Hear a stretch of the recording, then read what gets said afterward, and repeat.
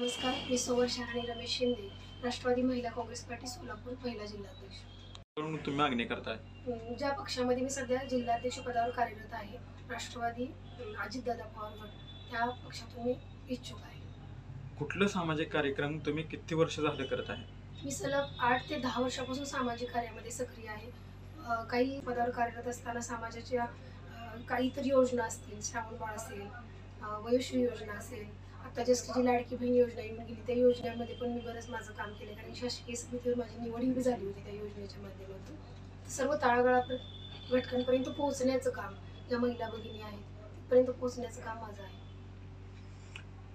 पक्षाने जरी उमेदवारी दिली तर आता तर काम चालूच आहे, कार्यरत आहेच, पण अजेंडा हा असेल की सर्व आत्तापर्यंत ज्या महायुती सरकारमध्ये घटक पक्ष म्हणून काम करत असताना ज्या काही योजना आल्या, शेतकऱ्यांसाठी असू द्या, महिलांसाठी असू द्या, किंवा येणारी युवा पिढी असेल यांच्यासाठी, त्या सर्व तळागाळ घटकापर्यंत पोहोचल्या पाहिजे. त्याचा लाभ सर्वसामान्य कुटुंबांना, त्या लाभार्थ्यांना झाला पाहिजे, त्यासाठी सक्रिय राहील. महिलांसाठी विशेष ज्या शैक्षणिक गोष्टी असतील किंवा सर्व स्तरावर महिलांसाठी कार्यरत राहून महिलांना न्याय द्यायची भूमिका माझी असेल.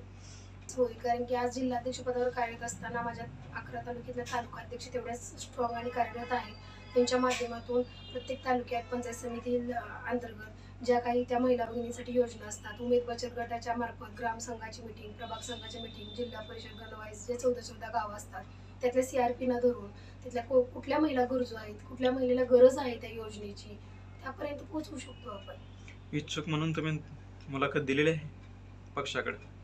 हो, दिलेले. मी आदरणीय पक्षाचे जे अध्यक्ष आहेत, तुम्ही पक्षाकडे मागणी केलेली आहे का?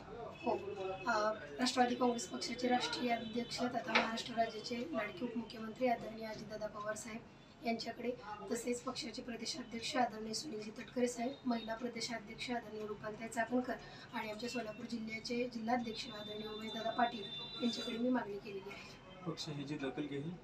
नक्कीच घेईल. मी माझ्या कामाची नक्कीच घेईल, कारण की राष्ट्रवादी काँग्रेस पक्ष असा एकमेव पक्ष आहे जिथे महिलांना खूप सन्मान आणि प्राधान्य दिलं जातं. त्यामुळे माझ्या कामाची दखल नक्कीच घेतली जाईल ही मला शाश्वती. जवळजवळ तुम्ही 10 वर्ष झाले पक्षामध्ये काम करताय.